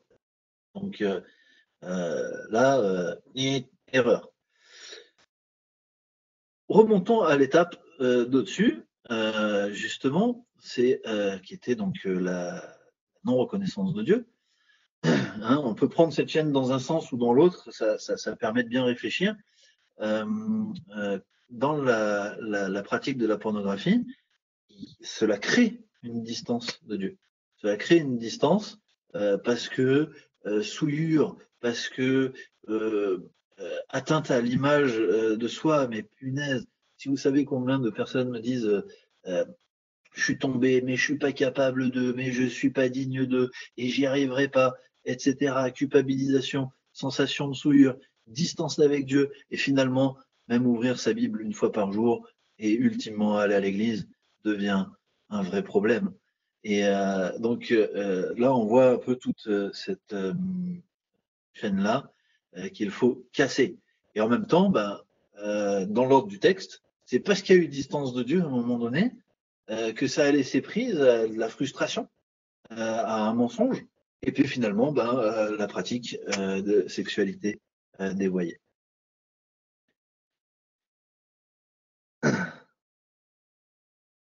Ce que j'aimerais dire dans ma compréhension du sujet des problèmes de sexualité, c'est que c'est souvent la partie émergée de l'iceberg. En fait, ce que l'on voit dans le comportement, le troisième paragraphe, c'est la partie visible.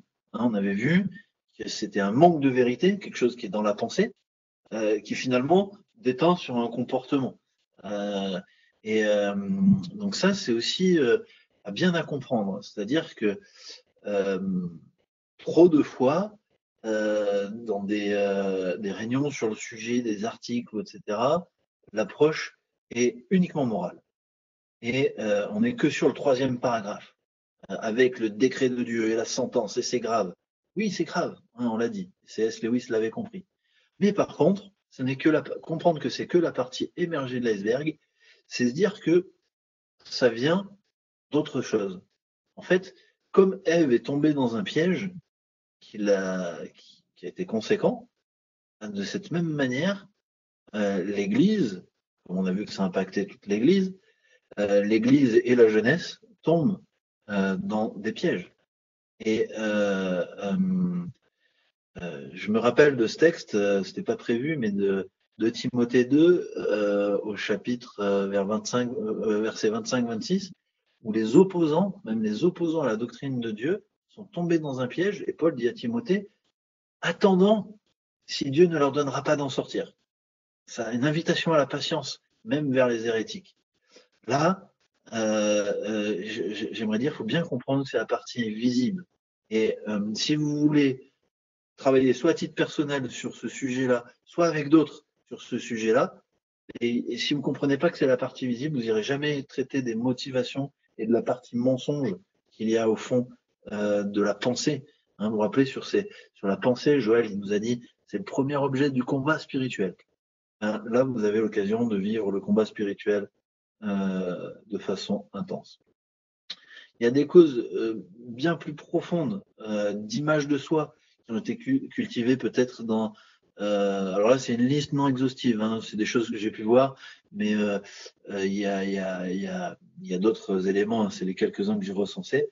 Une image de soi qui a été cultivée des fois dans l'éducation et qui va tellement impacter sur l'individu que quand l'individu va chercher à s'accomplir, eh ben, en fait, il va se créer une petite sphère dans laquelle il est maître. Hein, vous vous rappelez cette citation de Lewis où c'est un roi dans son harem. Voilà.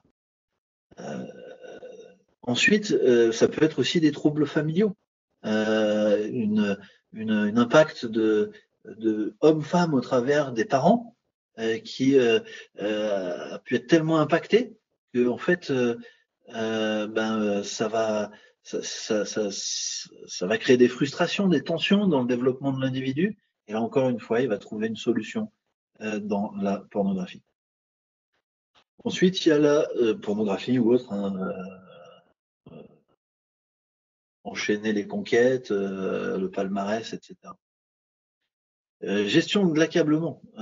Des fois, la sexualité dévoyée, j'ai pu remarquer que c'était la solution en fait à des stress, à de l'accablement. Une personne qui a des problèmes dans sa vie professionnelle, qui dure dans le temps, il va s'aménager une zone de confort dans laquelle il est maître. Toujours de toute façon le même circuit un peu de l'idolâtrie. Une somme des frustrations qui laisse prise en fait au mensonge où la déviance sexuelle va être vue comme un refuge et un objet de confiance. Donc l'immoralité vient répondre en fait à des carences bien plus profondes que juste la partie visible de l'iceberg, des carences de vérité, donner du réconfort, être un refuge psychologique, et au final, ça devient donc une addiction, parce que la petite zone du plaisir qui est là-dedans, qui reçoit pas sa dose de sérotonine, et bien en fait va demander, et c'est l'idole qui est bien installée, qui vient enfler d'orgueil l'égoïsme. Là, on a bien parlé du problème, et j'aimerais maintenant parler un petit peu plus de solutions. Donc, dans le cadre de on les a déjà un petit peu anticipés, dans le cadre de la relation avec Dieu, d'une relation d'adoration avec Dieu, de plénitude. Hein, on avait vu qu'on était équipé spirituellement en étant lié à Dieu, vivre cet évangile uni à Christ, qui ne va pas laisser prise, en fait, au mensonge, qui va nous équiper en vérité, en pureté. Et ça, on est en chemin, en fait, hein, entre le slide d'avant et ce slide-là, hein, tous. Puisqu'on est des disciples de base, hein, en grec, mathetes, c'est apprenti. Donc, si on est apprenti, c'est qu'on ne sait pas, hein, je tiens à vous le dire. Donc, on est à quelque part là-dedans. Et donc, on apprend la vérité, on apprend la pureté. Et ultimement, on apprend l'amour. Et c'est vrai que dans les clés, je pense que méditer sur c'est quoi la vérité sur ce qu'est l'amour, comment ça s'acquiert, comment je le vis dans ma vie chrétienne. Ça, c'est quelque chose qui ultimement est vraiment très très bon dans la compréhension de la sexualité. D'ailleurs, excusez-moi, on parle de faire l'amour et baiser. Hein, vous voyez directement la différence. Désolé de parler comme ça. Dans la compréhension du problème et de la vie spirituelle, j'aimerais vous soumettre ce schéma où, en fait, tous les jours, on va partir du haut du schéma, qui correspond en fait au moment où on se heurte à la loi morale, donc plutôt au troisième paragraphe. Hein. Désolé, c'est renversé. Mais donc, tous les jours, on se heurte à la loi morale. Hein. On avait vu dans Romains 2 qu'il y avait la conscience quand même qui était dans l'homme et qui se heurte à la loi morale. Et quand quelqu'un pêche, quand quelqu'un couche avec la femme de son pote, ben en fait, dans toutes les civilisations, ça pose un problème, ça. Et alors peut-être bientôt plus, mais en tout cas, on se heurte à la loi, et ça, c'est l'aspect corporel. C'est ce que je fais. Et donc, en se heurtant à la loi, en fait, ça nous renvoie plus bas dans notre identité, et notamment dans la partie la plus profonde de notre être, là où le Saint-Esprit et la chair sont un peu en bataille, finalement en tension, on va dire. Et donc, dans notre être, quand on se heurte par des immoralités, ça va être un appel criant pour le disciple à plus de relations avec Dieu et vivre cette opération du Saint-Esprit qui va corriger, éclairer certaines choses de nos motivations et faire remonter après dans notre pratique corporelle, dans notre comportement, une bonne loi, la loi de Dieu. Donc, et nous apprendre en fait à ce qu'est l'amour. Et ce schéma-là qui est applicable pour tout le péché, toutes les pratiques du péché, est aussi applicable pour la sexualité. Et donc là, je tiens à mettre en évidence vraiment cette union à Christ, cette union spirituelle qui va éclairer. S'il y a une chose à retenir, si vous êtes dans des problèmes de sexualité, c'est le vis-à-vis avec Dieu. N'ayez pas honte avec Dieu. N'ayez pas honte. Dieu le sait mieux que vous. Dieu connaît déjà toute la chaîne de vos motivations, à quel point le mensonge est là. Et c'est pour ça qu'il est venu pour mourir pour des pécheurs comme vous et moi. Ce que j'aimerais dire par rapport à ce schéma, c'est est-ce que quelqu'un aime se brûler sur la vitre du four? Non. Pourquoi? Parce qu'en fait, on sait que la vitre du four est chaude. Et dans la vie spirituelle, c'est pareil en fait. Quand on sait que quelque chose est brûlant et que ça a été expliqué par le Saint-Esprit, éclairé par le Saint-Esprit, et ben en fait, on n'a naturellement pas envie d'y aller. Et ce que je fais moi comme expérience avec mes enfants, je l'ai fait avec mes 5 enfants. Quand ils arrivent vers l'âge de 6 mois à 1 an, je vais leur prendre la main et je vais la mettre sur la vitre du four pour qu'ils voient que c'est chaud et que ça brûle. Juste assez pour qu'ils se brûlent, pas trop pour qu'il y ait une cloque. Et à partir de là, ils ne touchent plus jamais à la vitre du four ou du poêle. En fait, parce qu'ils savent. Ils ont été éclairés. Donc, le vis-à-vis avec Dieu joue ce rôle-là et vous allez vous en sortir. Alors, je vais aller un petit peu plus loin dans ma conclusion, parce qu'on arrive au temps de la conclusion. C'est que le vis-à-vis avec Dieu et ce travail du Saint-Esprit, de la sanctification, se fait aussi dans le cadre des relations de l'Église. Et ça, c'est le grand drame. C'est qu'aujourd'hui, les églises, quand on parle de problèmes sexuels, mettent les gens au dernier rang, voire dehors. Alors que je pense que ça aussi, ça doit être l'objet de la grâce et d'une vie collective et d'une transmission collective. J'y reviendrai en conclusion. Alors, maintenant qu'on a bien compris le problème et les solutions, les enjeux cernés, tout ça, ça vous donne un peu une carte des choses à explorer pour vous. Comment s'en sortir? Et ça jouera un peu office de conclusion. La confession. La confession, comme nous l'a dit Guillaume, homologuéo, ça veut dire se mettre en accord avec. Et on a une voiture qui est homologuée ou une voiture qui n'est pas homologuée. Quand elle n'est pas homologuée, quand on se fait arrêter par l'agent, il nous dit, déjà, il nous met une belle contravention.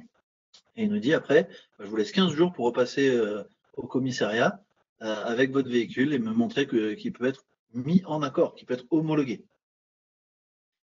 Et quand on n'est pas homologué, en fait, il y a des conséquences, généralement mécaniques, électroniques, etc. Et donc, en fait, nous, la confession au niveau spirituel, ça va permettre de se mettre en accord avec Dieu. Et puis, on pourrait se dire, ouais, mais je me suis déjà mis en accord 500 fois. Ne croyez pas que c'est inutile.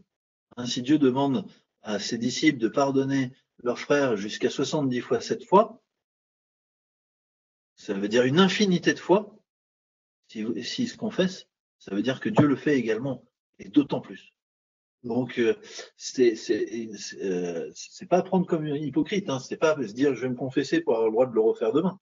Non, c'est pas ça. C'est que même demain, si je le refais, je me reconfesserai parce que je sais que c'est pas mon identité naturelle, c'est pas ce que je veux rechercher, c'est pas mon aspiration, c'est pas ma vie de disciple que je souhaite. Voilà. Donc déjà la confession. Ensuite, un travail en profondeur sur les motivations. Alors c'est un petit peu compliqué de le faire tout seul, et je dois dire que la tentation est grande de ne pas vouloir parler à des amis de confiance ou à des frères de confiance expérimentés. Mais je pense que réellement, un travail sur les profondeurs, sur nos motivations est quand même souhaitable, parce que nous, on est facilement débordé par soi-même. Voilà, il faut vraiment prendre le temps d'écrire sur un papier, d'essayer de comprendre notre pensée, de voir où est la vérité, le mensonge, et de vivre ça dans un esprit de prière. Moi, ce que je remarque, c'est que souvent, on peut être facilement débordé par ses propres pulsions et puis, comme je vous disais, sentiments d'accablement, de distance de Dieu, etc. Bon, voilà. Cultiver le projet de Dieu. Alors, la première partie que je vous ai faite, avoir une saine théologie de la sexualité, je pense que c'est quelque chose dont on peut se nourrir, hein. Pas toujours en train de se battre contre les mauvaises herbes, il faut planter des bonnes choses. Et savoir que la sexualité, c'est pour représenter l'évangile, mais quel plaisir on va avoir d'avoir une saine sexualité pour représenter notre Dieu et Sauveur. Voilà. Et donc les vis-à-vis, donc c'était l'objet de ma conclusion. Les vis-à-vis, c'est vraiment, il faut oser en parler, et c'est la vie de disciples parmi des disciples. Donc non, le vis-à-vis, c'était vis-à-vis avec Dieu, excusez-moi, je me suis emballé. Vis-à-vis avec Dieu, donc à cultiver. Et puis, je vais arriver donc sur ma conclusion finale, qui est ayez une explication vivante avec Dieu pour vous expliquer ce sujet de ce qu'est la vérité sur l'amour et comment est-ce que le Saint-Esprit va nous libérer du péché. Si la sexualité est entachée par la chute, le Saint-Esprit peut vraiment nous en faire sortir, et ça demande une relation vivante avec Dieu. Ensuite, à cause de ce que Dieu nous demande de faire des disciples parmi les nations et des disciples qui font des disciples, etc., ainsi de suite, ça induit forcément la dynamique collective. Et cette libération, comme tous les péchés, et donc la sexualité entre autres, passe par le collectif de disciples qui font des disciples. Alors, osez en parler, prier, cultiver ce vis-à-vis, une relation vivante, et il n'y a pas de raison que vous ne grandissiez pas à l'image de Christ, même sur ce sujet-là. Écoutez, j'espère que ça vous a plu. Il n'y a plus personne. Il n'y a plus personne. Non, je sais pas, je t'entendais pas. Je suis là. En tout cas, pour l'instant, j'ai pas de questions directement. Par contre, pendant tout ton exposé, il y a eu deux questions plus par rapport à la psychologie. J'y réponds pendant que peut-être d'autres Ouais, vas-y, volontiers. mettront des questions. Tu réponds et je te corrigerai, c'est ça? Alors, je sais pas, en effet, je sais pas si je donnerai une réponse parfaite. Alors, il y avait eu une première question il y a un peu longtemps, pour dire, voilà, je me demande que penser du rôle que Freud, pardon, donne à la sexualité dans le comportement humain. Alors, je vais pas faire une réponse trop longue. De toute façon, euh, en fait, je vais plutôt répondre comme ça. Freud a fait voilà, un gros travail qui s'appelle la théorie de la sexualité, où il y a pas mal de choses dedans, euh, dont une bonne partie aussi qui est sur la sexualité infantile, vous avez peut-être déjà entendu parler. Moi, je dirais que ça peut être intéressant à lire, mais alors il faut un gros esprit critique, parce que voilà, c'est des choses qui sont pas du tout prouvées scientifiquement, quand même, hein, ça reste de la théorie. Donc avec Freud, voilà, faut réussir, si on veut Est-ce que tu pourrais, tu rejoins ce conseil qui est de dire quand même que ces personnes-là, alors qui peuvent faire des découvertes, sont à la base pas animées quand même par l'Esprit de Dieu. exactement, bah, j'allais le dire juste après. Voilà, et donc c'est vraiment à mettre en face de la Bible et laisser la Bible dicter notre compréhension de la vie, quoi. Hein. Voilà. Tout à fait. Excuse-moi alors de t'avoir ôté Et, ouais, bah voilà, donc, c'est pas grave, hein, ça complète. Et il y avait une autre question. C'est par rapport à l'homosexualité. La personne me demandait alors est-ce que l'homosexualité est une maladie ou alors ça peut être quand même naturel, voire des défauts qui renvoyaient à des défauts de la chair, ou autre chose, ou les trois. Alors, peut-être tu auras envie de dire quelque chose, Adrien. Moi, je vais peut-être dire juste que l'homosexualité, je disais tout à l'heure, en effet, elle a été considérée comme une perversion, une maladie mentale très longtemps. Maintenant, ça n'est plus le cas du tout. Euh, c'est considéré comme une orientation sexuelle, comme a dit Adrien. Après, il faut dire aussi que l'homosexualité stricte n'existe pas beaucoup. Quand il y a voilà, des, des, euh, des enquêtes ont été déjà faites par rapport à ça, où les gens pouvaient noter entre 1 à 5, 1 homosexuel strict, 5 hétérosexuels stricts. On voit qu'en fait, même dans la communauté homosexuelle, ils sont en majorité bisexuels. Ah, vous pourrez vérifier, hein, mais de mémoire, c'était ça. Donc l'homosexualité stricte n'existe pas beaucoup. Euh, moi, en tout cas, voilà, d'un point de vue, on va dire, vraiment psychologique, c'est vraiment particulier. J'aime pas en tout cas le terme maladie parce que là, avec ça, on pourrait presque excuser ce qui n'est pas du tout le cas dans Romains 1 qu'on a lu. On n'excuse rien du tout. Alors, avec la maladie, souvent on pourrait dire, ah bah voilà, il est malade, donc c'est pas de sa faute. Moi, c'est ça qui me gêne en fait là-dedans. Ouais, des conséquences, comme une conséquence. Après, il y a des fois voilà. aussi à faire au cas par cas, hein. Peut-être, en fait, moi, je me suis longtemps posé la question, est-ce que c'est naturel, et on va peut-être même démontrer un jour que c'est génétique, ou est-ce que si c'était le cas, ben en fait, ça légitimerait que c'est peut-être pas un péché pour certains, etc. Et en fait, moi, je me suis rendu compte qu'en fait, c'était pas une question qui était importante. Pourquoi? Parce qu'en fait, si c'est naturel, mais en fait, le péché depuis la chute est naturel. C'est-à-dire que ben, génétiquement, on pêche, quoi, quelque part. Puisque de toute façon, nos chromosomes s'usent et nous appellent à la mort. Donc, enfin, je sais pas si vous voyez ce que je veux dire, mais ça a finalement pas d'importance, parce que même le naturel du péché peut être contaminé par l'évangile.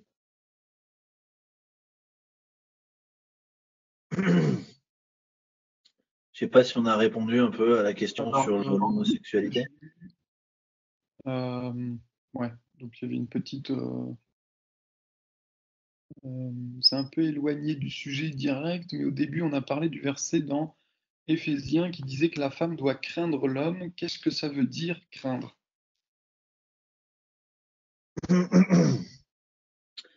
Alors, ça c'est une bonne question parce que alors, c'est pas directement dans le sujet, mais ça rejoint aussi la crainte de Dieu ou la peur de Dieu. Quelle est la différence? Et je crois que craindre, c'est être préoccupé de la pensée et du projet de l'autre comme étant plus important que le sien.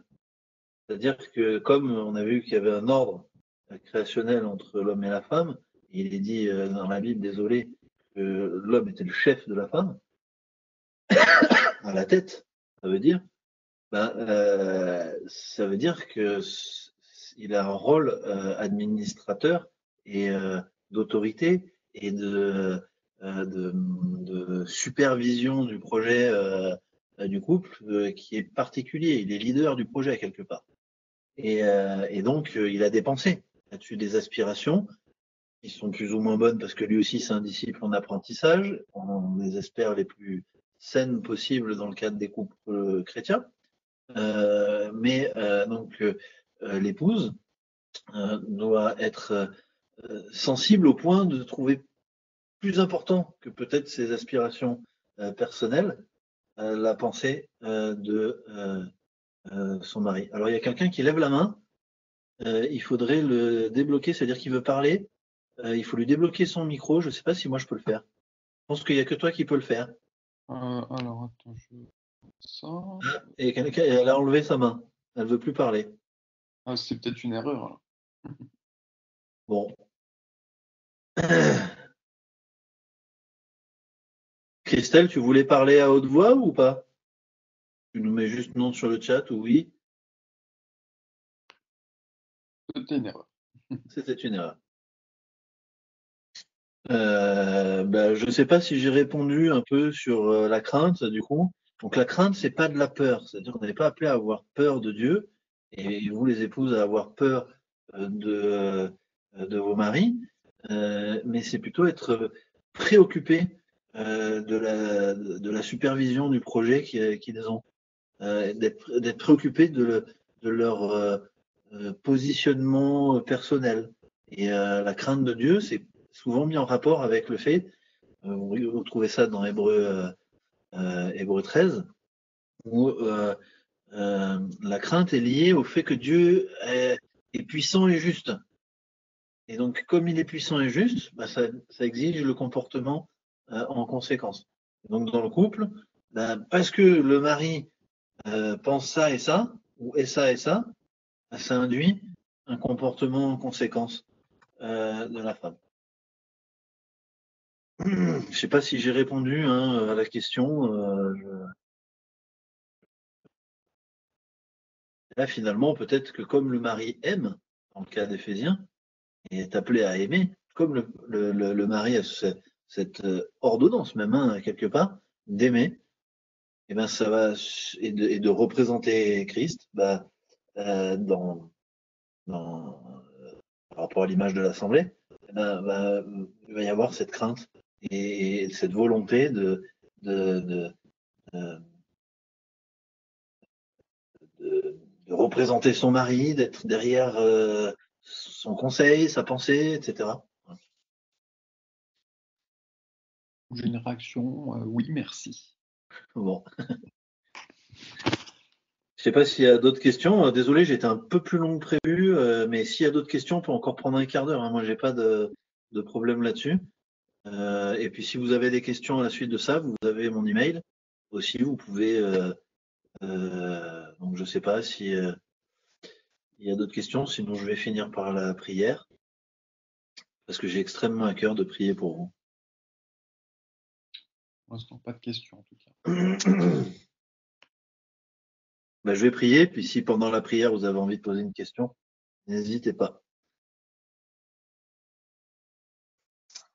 Seigneur, je veux te remercier de ce que tu as fait les choses ainsi. Te remercier parce que voilà, même dans le couple, dans la sexualité, tu avais en tête de quelque chose de plus vaste qui représente ton évangile. Et ça, c'est vraiment, vraiment excitant comme projet pour les bonnes choses et pour les bonnes motivations. Seigneur, je te prie pour voilà, ceux qui ont écouté ce soir ce message, te demander que puisse les bénir dans leurs pensées, dans les projets qu'ils ont, dans l'analyse aussi peut-être des racines de mauvaises choses qu'il y a et qui font apparaître des troubles. Seigneur, j'espère avoir pu leur redonner envie de te représenter, d'avoir ce vis-à-vis avec toi pour comprendre la vie. Et Seigneur, je sais que même si on a parlé de tsunami, ton conseil de grâce est plus grand que cela. Et que tu veux nous rejoindre, nous, dans nos péchés, dans les péchés que l'on peut faire, pour y faire briller ta gloire, ta bonne nouvelle. Et Seigneur, rien ne t'est caché.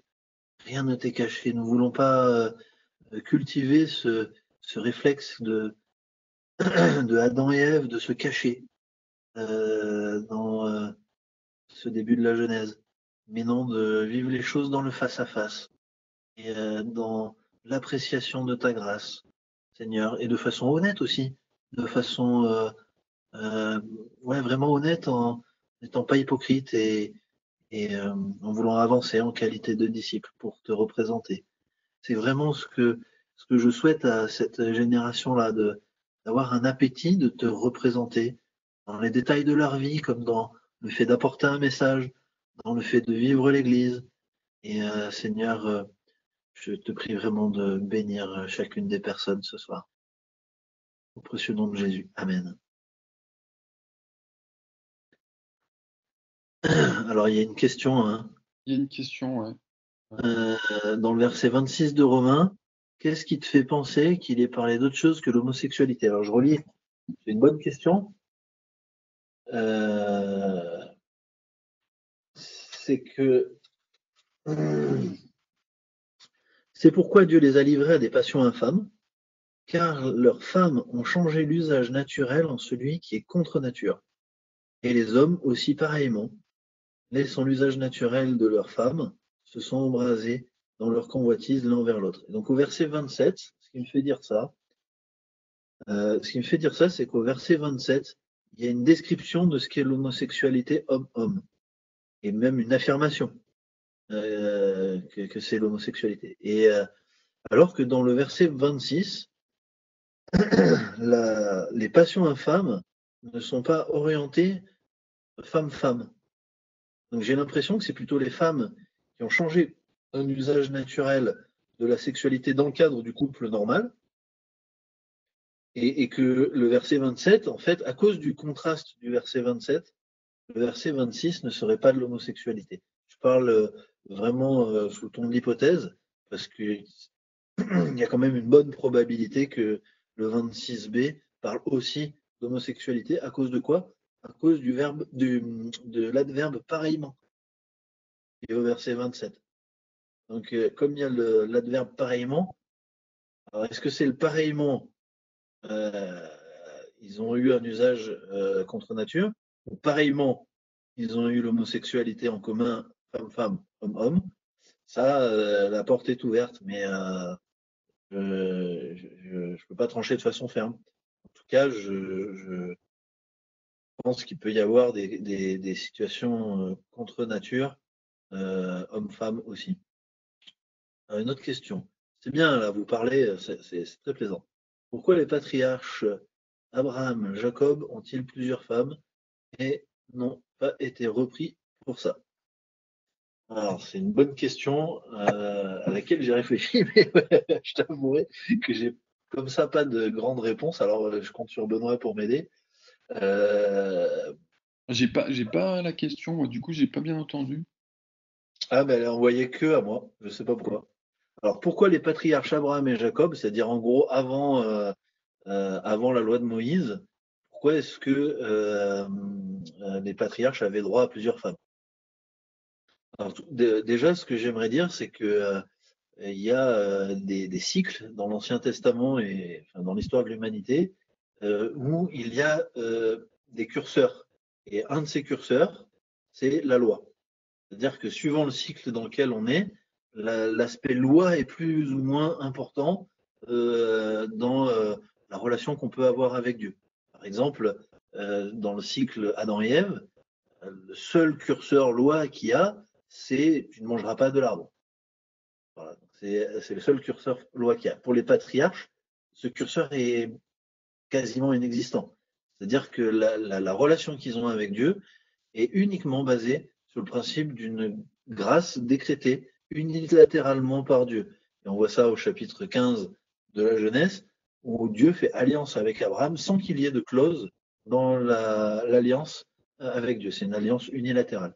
Alors que dans le cycle donc, ou l'alliance faite avec le peuple juif, le curseur loi est poussé à son extrême, enfin à son extrême, ça ira plus loin avec Jésus-Christ, hein, parce qu'il dira lui que la loi c'est carrément la pensée, donc le curseur loi est à son extrême où il y a 613 commandements pour définir l'alliance avec Dieu, et donc des commandements d'ordre civil avec le mariage par exemple, etc.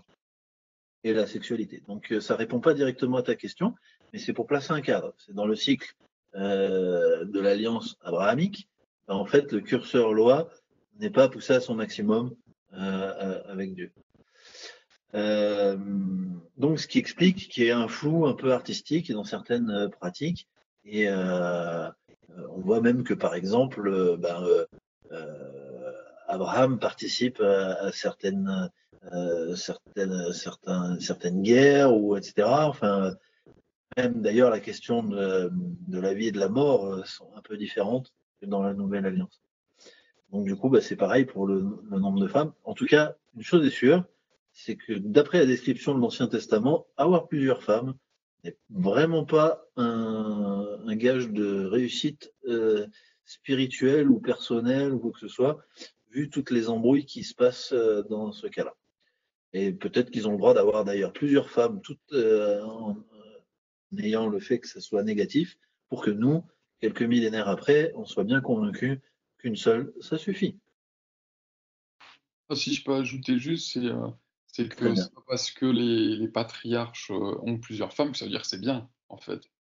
Parce que si on prend même plus tard, David ou Salomon avait plein de concubines et tout ça, ça veut pas non plus dire que c'est bien. C'était leur problème. Et surtout pour Salomon, c'est ce qu'il a fait, Chuter. qu'il a perdu, hein. Tout à fait. Oui, mais il faut aussi comprendre que la Bible raconte sans forcément être d'accord. Voilà, donc ça c'est une remarque de quelqu'un tout à fait pertinente puisque tu viens de la répéter, Benoît, sans même le savoir. Voilà. Et la personne invite à relire Deutéronome 17, versets 14 à 20, où justement le roi devait n'avoir qu'une seule femme, pour être justement cet exemple et ce leader positif. De la même manière que dans l'Église, un ancien peut être ancien avec comme condition d'avoir une seule femme. Je pensais à ça, quoi. Euh, alors, je ne sais pas s'il y a d'autres questions. Peut-être qu'on peut arrêter là. Si vous voulez me poser des questions par email. Et n'hésitez pas à revenir vers moi, même de façon plus personnelle. Sur ce, merci en tout cas Benoît, c'était sa première fois. Il a été prévenu à 19h30 passé. J'aimerais qu'on le félicite parce que il a accepté d'être l'animateur de ce soir. Et puis c'était une chouette collaboration, hein. Merci Benoît, j'espère que tu en auras été béni aussi. C'était sympa. Du coup, on se dit à une prochaine. Alors, je rappelle juste, donc, pour ceux qui n'étaient pas connectés, nous aurons 3 prochaines séances de webinaire. Et je suis en train de bosser avec 3 autres compères sur une espèce de grande conférence qui occuperait vendredi et samedi 8 et 9 mai, avec 4 plénières et une table ronde et une soirée louange. Voilà, tout ça est en train un petit peu de se concocter avec nos amis suisses. Demain, j'ai une réunion à ce sujet-là. Je vous demanderai donc de prier si vous êtes d'accord pour qu'on soit éclairé. Et voilà, on a vraiment à cœur de profiter de ce temps de crise pour se poser les bonnes questions et pour se motiver aux bonnes œuvres. Donc, ce sera l'objectif de cette conférence euh, Chrétien en crise. Peut-être ce sera le nom, je ne sais pas. On verra ce que la nuit me dit. Merci à tous, grosse bise et à une prochaine. Oublie pas de couper, il faut que tu coupes l'enregistrement, cher ami. D'accord. Stop. Appuie sur stop. Ouais.